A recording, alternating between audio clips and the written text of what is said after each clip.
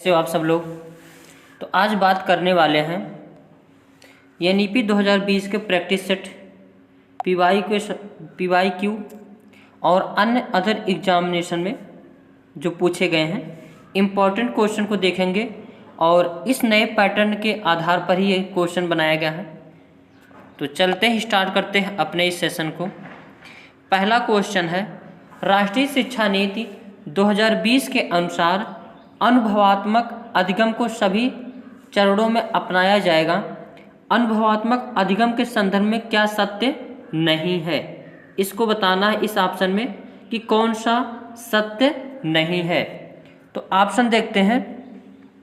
पहला ऑप्शन है, छात्रों की अपेक्षा शिक्षक को शिक्षण अधिगम प्रक्रिया में अधिक सक्रिय बनाता है। ये तो निगेटिव लग रहा है और इसमें ये वाला तो लग रहा है कि मतलब नहीं है, तो नहीं का आंसर नहीं तो सही होगा।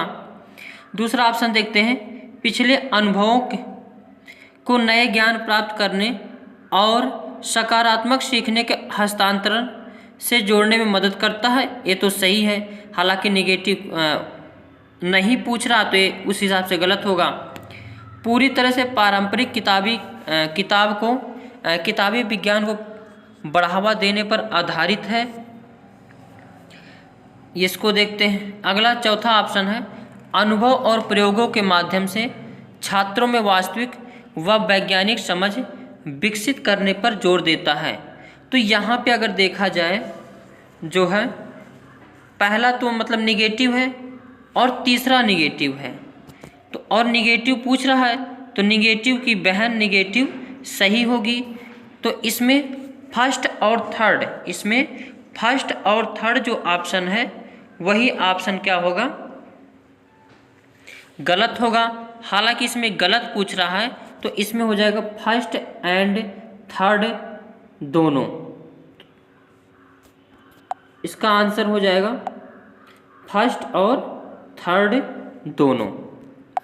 अगला क्वेश्चन देखते हैं, राष्ट्रीय शिक्षा नीति 2020 जैसी शिक्षा के समकालीन नीतियों में बच्चों में कौन से कौशल विकसित किए जाने का प्रस्ताव रखती है। आलोचनात्मक सोच, ये तो पॉजिटिव टैग वर्ड है, ये तो सही लग रहा है। दूसरा ऑप्शन है, प्रतिस्पर्धी की भावना, ये तो करना ही नहीं है। प्रतिस्पर्धा या रैंक के लिए पढ़ाना, एग्जाम के लिए पढ़ाना, नौकरी के लिए पढ़ाना, ये सब निगेटिव टैग वर्ड होता है। निष्क्रिय ग्रहण, देखो निष्क्रिय तो देखते ही गलत मारो, रटना भी देखते ही गलत मारो। तो ये तीनों ऑप्शन तो पॉजिटिव नेगेटिव टैग वर्ड से ही गलत हो जाएंगे। तो इसमें पहला ऑप्शन ही क्या हो रहा है, सही हो रहा है। आलोचनात्मक सोच को बढ़ावा देना चाहिए। हालांकि इसका डिटेल में वीडियो बनाया हूँ। एक आलोचना दो प्रकार से होता है, एक सही रूप से आलोचना, एक जो है नेगेटिव के रूप में आलोचना। नेक्स्ट क्वेश्चन देखते हैं, नई शिक्षा नीति 2020 जैसी समकालीन नीतियाँ सीखने के किस शिक्षा शास्त्र को प्रस्तावित करती हैं। हालांकि इसका अच्छी तरह से वीडियो बनाया, उसमें समझाया भी हूँ। तो इसमें क्या कह रहा है, शिक्षा शास्त्र को प्रस्तावित करती है। क्या शिक्षक केंद्रित? नहीं। बाल केंद्रित शिक्षा को बढ़ावा देना चाहिए, प्रगतिशील शिक्षा को बढ़ावा देना चाहिए, समावेशी शिक्षा को बढ़ावा देना चाहिए, अनुभवात्मक, ये तो सही लग रहा है। हर चीज़ अनुभव परक जो है शिक्षा देनी चाहिए। व्यवहारवादी भी सही व्यवहारवादी ये थोड़ा सा कम, मतलब इसमें इन दोनों में भी देखते हैं कौन सा। पाठ्य पुस्तक, ये तो पहला और फोर्थ देखते ही कट मारो। और इसमें अगर अनुभव आ गया, अनुभव पर आधारित, तो ये पॉजिटिव टैग वर्ड होता है। तो इसमें तीसरे का कौन सा ऑप्शन सही हो जाएगा, सेकंड ऑप्शन सही हो जाएगा, अनुभव यानी अनुभवात्मक। अगला क्वेश्चन है, राष्ट्रीय शिक्षा नीति 2020 के अनुसार एक शिक्षक को शिक्षण अधिगम प्रक्रिया के दौरान प्राइमरी स्कूल के बच्चों से संप्रेषण के लिए किस भाषा का प्रयोग करना चाहिए। देखो भाषा की बात आ रही है तो एनसीएफ, महात्मा गांधी और समावेशी शिक्षा और एनईपी 2020, आरटीई 2009, ये सभी मातृभाषा को बढ़ावा देने की बातें करते हैं। तो अगर मातृभाषा देखते ही कहीं दिख जाए तो ऑप्शन सही होगा ही। वैसे भी देख लेते हैं, केवल देखो, केवल अगर भाई कहीं दिख जाएं, इनको देखते ही कट मारो। केवल कहीं अगर सीटेट एग्जाम में केवल शब्द दिख जाए तो उसको देखते ही गलत मारो। तो इसमें फोर्थ ऑप्शन जो है इज द करेक्ट आंसर हो जाएगा। अगला क्वेश्चन है, राष्ट्रीय शिक्षा नीति 2020 निम्न में से कौन सी शिक्षा शास्त्रीय रणनीतियों को बढ़ावा देती है? वेधन और पुनः देखो, बार बार शब्द अगर दिख जाए तो देखते ही गलत मारो, रट कर दिख जाए देखते ही गलत मारो। चर्चा आधारित और अन्वेषण, अन्वेषण मतलब खोज, अगर खोज शब्द कहीं दिख जाए वो पॉजिटिव टैग वर्ड होता है, तो इसका सी ऑप्शन तो बिल्कुल सही है, करेक्ट है। बाकी चर्चा आधारित तो थोड़ा उपागम थोड़ा सा ठीक है, लेकिन जो है ये गलत है। आपका आंसर सी यानी थर्ड वाला ऑप्शन जो है सही हो जाएगा, अन्वेषण। अगला क्वेश्चन है, राष्ट्रीय शिक्षा नीति 2020 किस प्रकार के शिक्षा शास्त्रों का प्रस्ताव रखती है? परीक्षा केंद्रित, परीक्षा देखो परीक्षा केंद्रित, पुस्तक केंद्रित, शिक्षक केंद्रित, ये सब देखते ही गलत मारो। अध्यापक केंद्रित, ये भी गलत। अधिगम देखो, और बहिष्कार केंद्रित, ये भी गलत। अधिगमकर्ता यानी स्टूडेंट यानी बाल केंद्रित, शिक्षक के क्या उसको छात्र केंद्रित, ये ऑप्शन जो है 6 क्वेश्चन का ऑप्शन थर्ड वाला ऑप्शन सही होगा। अगला क्वेश्चन है, राष्ट्रीय शिक्षा नीति 2020 ने किस पर जोर दिया है? तो राष्ट्रीय शिक्षा नीति 2020 किस पर जोर दिया है? बहुविषयकता शिक्षा पर, कठोर उपागम, योगात्मक, परीक्षा केंद्रित। देखो, कठोर तो देखते ही रिगेट गलत मारो, योगात्मक समेटिव आकलन गलत मारो, परीक्षा केंद्रित तैयार करना ही नहीं, तो इसमें पहला option he is the correct answer होगा। अगला क्वेश्चन है, अभिकथन ए है, राष्ट्रीय शिक्षा नीति 2020 के अनुसार 5वीं तक के सभी बच्चों को उनकी मातृभाषा में शिक्षा देनी चाहिए। ये तो सही ऑप्शन है, इसमें कोई दिक्कत नहीं है, ये सही है।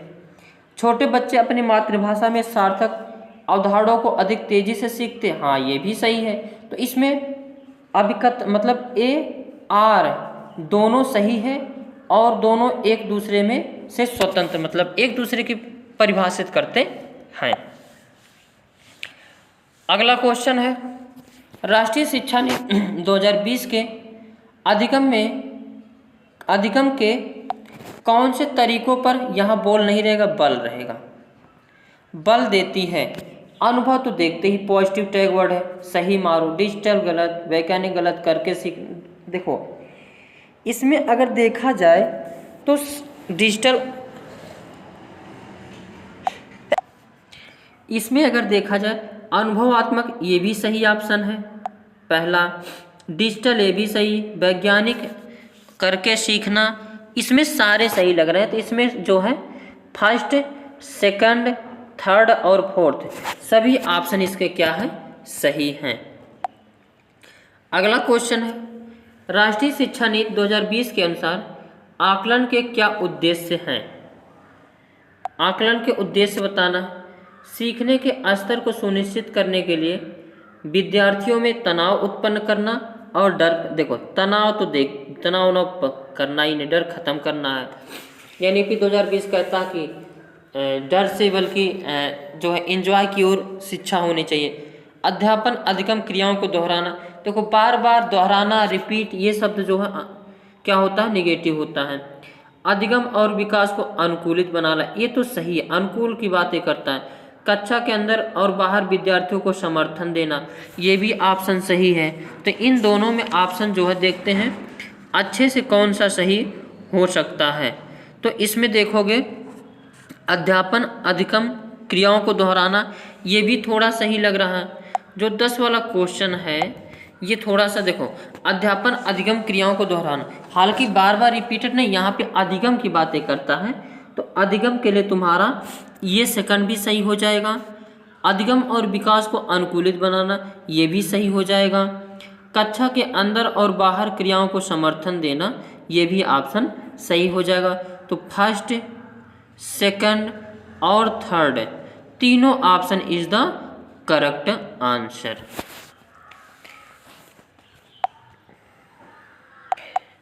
तो इस वीडियो में हमने अभी प्रश्नों को हल किया। अब इसके आगे देख लेते हैं एनईपी 2020 को पूरा कंप्लीट कर लेते हैं। इसका और भी क्वेश्चन बचा है, उसको अगले सेशन में डिस्कस करेंगे। एनईपी 2020, एनईपी का निर्माण कब किया गया था? तो जून 2017 में इसरो के पूर्व चीफ डॉक्टर के कस्तूरी रंगन की अध्यक्षता में एक समिति का गठन किया गया था और इस समिति ने मई 2019 में एनईपी का मसौदा तैयार किया था। नेशनल एजुकेशन पॉलिसी 2020, जिसको हम एनईपी शॉर्ट फॉर्म में कहते हैं, एनईपी 1968 और 1946 के बाद स्वतंत्र भारत की तीसरी शिक्षा नीति है। एनईपी के तहत केंद्र व राज्य सरकार के सहयोग से शिक्षा क्षेत्र पर जीडीपी के 6% भाग बराबर जो है निवेश का लक्ष्य रखा गया है। कैबिनेट द्वारा एमएचआरडी का नाम बदलकर एजुकेशन मिनिस्ट्री करने की मंजूरी भी दी गई है। वर्ष 2030 तक अध्यापन के लिए न्यूनतम डिग्री योग्यता 4 वर्षीय एकीकृत बीएड डिग्री होना अनिवार्य किया जाएगा और नई शिक्षा नीति के तहत एमफिल को क्या कर दिया गया है? समाप्त कर दिया गया है। स्कूल एजुकेशन, ये मोस्ट इम्पॉर्टेंट पॉइंट है सीटेट के लिए। यह नीति वर्तमान 10+2 की वाली स्कूली व्यवस्था को 3 से 18 वर्ष के सभी बच्चे के लिए पाठचर्या शिक्षण शास्त्रीय आधार पर 5+3+3+4 की नई व्यवस्था लागू करने की बात करता है। और इसमें यहाँ पे ये इम्पॉर्टेंट है, इस चीज़ को देखना है। एक होता है फाउंडेशनल स्टेज, इसमें 3 साल जो है 3 साल से 6 साल तक बच्चा होता है और इसको 2 भागों में बांटा गया है। और 6 साल से लेकर 8 साल तक के, यानी 3 साल से लेकर 8 साल तक के बच्चा फाउंडेशनल स्टेज में होगा।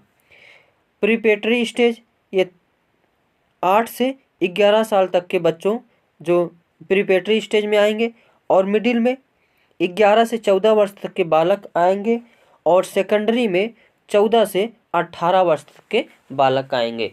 पहले 6 से 14 वर्ष था लेकिन एनईपी 2020 ने कहा कि 3 वर्ष का बच्चा होता है तभी से आप स्कूल में बच्चों को भेज दीजिए और उसके बाद जो है 18 वर्ष तक आपका राज्य सरकार जो है बच्चों की देखभाल करेगा। यहाँ से प्रश्न बनते हैं कि प्रीपेटरी फाउंडेशनल स्टेज में किस उम्र से किस उम्र तक बालक रहते हैं? तो 3 साल से लेकर 8 साल तक, और प्रीपेटरी स्टेज में 8 साल से 11 वर्ष तक, और मिडिल स्टेज में 11 से 14 वर्ष तक, और सेकेंडरी में 14 से 18 वर्ष तक बच्चे रहते हैं। और इस नीति के आधार सिद्धांत क्या है उसको देखते हैं।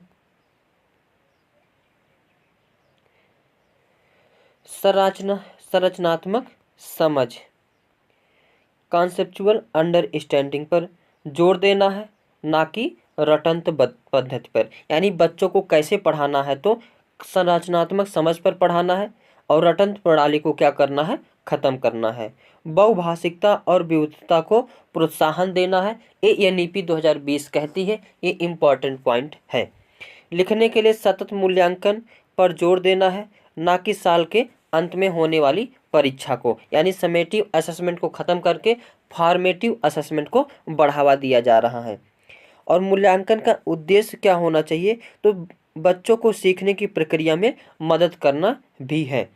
छात्रों की प्रोग्रेस के मूल्यांकन इवोल्यूशन के लिए परख नामक एक नए नेशनल असेसमेंट सेंटर की स्थापना की जाएगी एनईपी 2020 के अंतर्गत। आगे क्या कहा गया है? बच्चों की शिक्षा का माध्यम कम से कम क्लास 5 या क्लास 8 तक या उससे आगे भी घर की भाषा यानी मातृभाषा में जो है उसकी पढ़ाई होगी। राज्य विशेष रूप से भारत के अलग अलग राज्यों में 3 लैंग्वेज फार्मूला को अपनाए, लेकिन इस फार्मूला को लचीलापन रखा जाएगा। त्रिभाषा सूत्र के अंतर्गत इसमें एक मातृभाषा होनी चाहिए, दूसरी भाषाओं के रूप में संस्कृत का अध्ययन कर सकता है। राष्ट्रीय शिक्षा नीति 2020 के अनुसार भारत सरकार की एक भारत श्रेष्ठ भारत पहल इस बात पर बल देती है कि विद्यार्थी अधिकांश रूप से प्रमुख भारतीय भाषाओं का उल्लेखनीय एकता के बारे में जानेंगे और 6 साल तक के एक अतिरिक्त भाषा के रूप में शास्त्रीय भाषा तमिल, तेलुगु, कन्नड़, मलयालम, ओडिशा, पाली और फारसी आदि का अध्ययन करेगा। माध्यमिक स्तर पर एक अतिरिक्त विकल्प के रूप में विदेशी भाषा कोरियन, जापानी, थाई, फ्रेंच, जर्मन, स्पेनिश, पुर्तगाली और रूसी का अध्ययन करेगा। एनईपी 2020 यह सीखना कैसे सीखना है और मानकीकरण से लचीलापन की ओर बदलाव का प्रस्ताव रखती है। हर बच्चे विशेष क्षमताएं, रचनात्मक तार्किक सोच, नवाचार, समालोचनात्मक चिंतन की पहचान करना और उनके समग्र विकास के लिए प्रयत्न करना है। समावेशी शिक्षा यानी इसका मतलब क्या होता है? सभी के लिए शिक्षा। इसकी बात एनईपी 2020 करता है। दिव्यांगजन अधिकार अधिनियम 2016 आरपीडब्ल्यूडी यह समावेशी शिक्षा को एक ऐसी व्यवस्था के रूप में डिफाइन करता है जहां समान व दिव्यांग सभी बच्चे एक साथ सीखते हैं।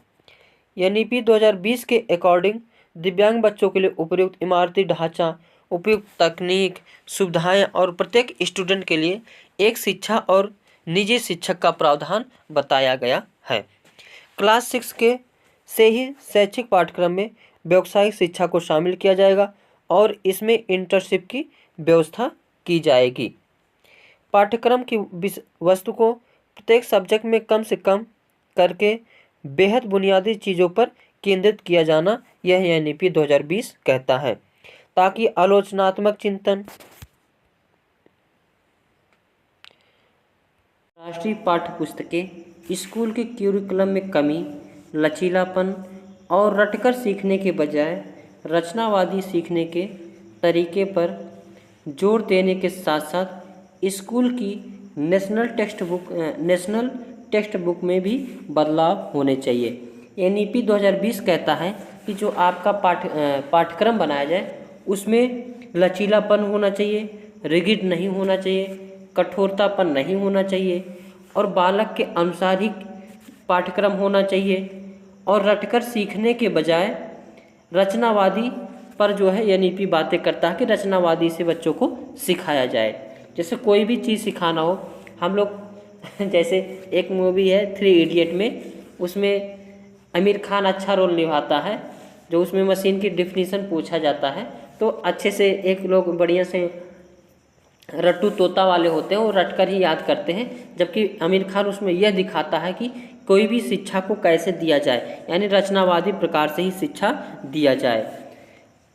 ईसीई में मुख्य रूप से लचीली, बहुआयामी, खेल आधारित, गतिविधि आधारित, खोज आधारित, बहुआयामी और बहुस्तरीय शिक्षा को शामिल किया जाए। एनईपी 2020 कहता है कि जो है बहुआयामी, खेल आधारित गतिविधि होनी चाहिए, खोज आधारित शिक्षण होना चाहिए और जो मूल्यांकन किया जाता है वह बहुआयामी हो, यानी संवेगात्मक, शैक्षिक, शारीरिक, बौद्धिक सभी प्रकार से मूल्यांकन किया जाए। कभी कभी प्रश्न पूछा जाता है ईसीसीई का फुल फॉर्म क्या है, तो yearly childhood care and education. यह एनईपी 2020 बच्चों की शिक्षा के बारे में बात करता है। जो ईसीसीई है यह बच्चों के एडुकेशन पर बातें करता है, तो वही एनईपी कहता है कि जो ईसीसीई हो वह खोज आधारित हो, बहुआयामी हो, बहुस्तरीय शिक्षा शामिल हो और सभी गतिविधियों से परिपूर्ण होना चाहिए।